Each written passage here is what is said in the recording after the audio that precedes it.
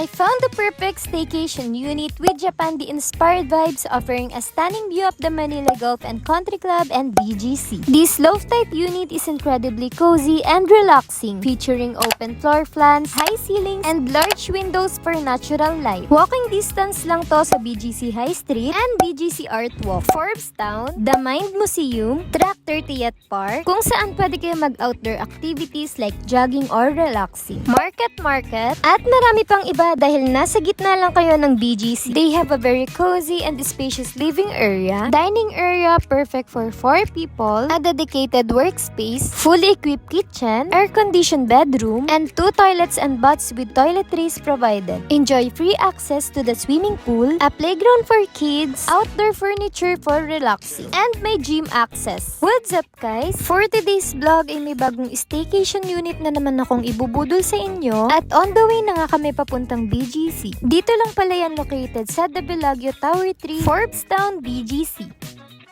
Ito pala yung lobby area nila and mag-sign lang kayo saglit and pwede na kayong umakyat sa unit. Pagkapasok nyo sa unit, ganito kagandang interiors kaagad yung bubungad sa inyo, malinis at napakabango rin ng unit nila. At syempre nakaka-relax din dahil sa ganda ng view. Ito yung living area nila na may sofa bed, smart TV kung saan pwede kayong mag-movie marathon at karaoke. May mabilis na wifi connection, may workspace na may napakagandang sunset view, at may full body mirror din sa gilid. At ito naman yung napakagandang Japandi-inspired na kitchen nila na sobrang linis at kumpleto na rin sa gamit.